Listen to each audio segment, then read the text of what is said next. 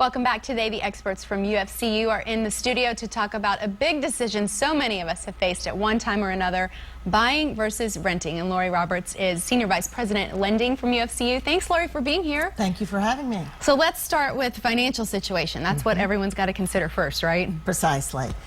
We like to refer to it as a three-legged stool, and you need all three legs for the stool to be able to support weight.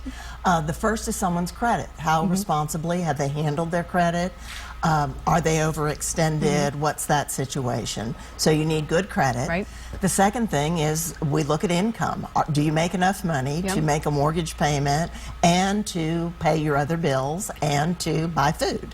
And then finally we look at savings. How much money have you accumulated, or do you have a parent who's kind enough who'd like to give you some with no repayment required, so that you can make a down payment, pay the costs associated with buying a home and getting a mortgage, and then all the other costs of home ownership. And a lot depends on what the housing market is like. You need to know if you really do want to go for a starter home, if you can really handle what that means in your terms, things like that, right?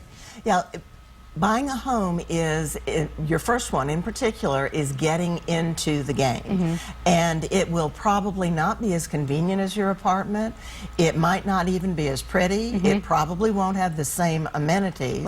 But the thing to remember is that you're paying your mortgage, not your landlord's mortgage. That's right. You know, you can't move up until you get started with that first purchase. And then employment conditions, got to think about that. Absolutely. Many companies promote through transfer, or maybe you're just pursuing a career that you want to be flexible.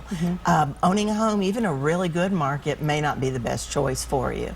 Also, if you're making some changes in your life, thinking about going back to school, and pursuing a new career, what might that look like? Renting will always be more flexible, even in the best markets. Yeah, having a baby, adding to your family. Absolutely. You might think that an 800-square-foot condo on South Congress is absolutely perfect for you until you add one more body to that 800 square feet. That's right. Great advice, Laurie. Thanks so much for being here today. My pleasure, of course. We loved having you. And go to ufcu.org for more on their services, or to check dates and times if you would like to attend one of the various seminars that they host.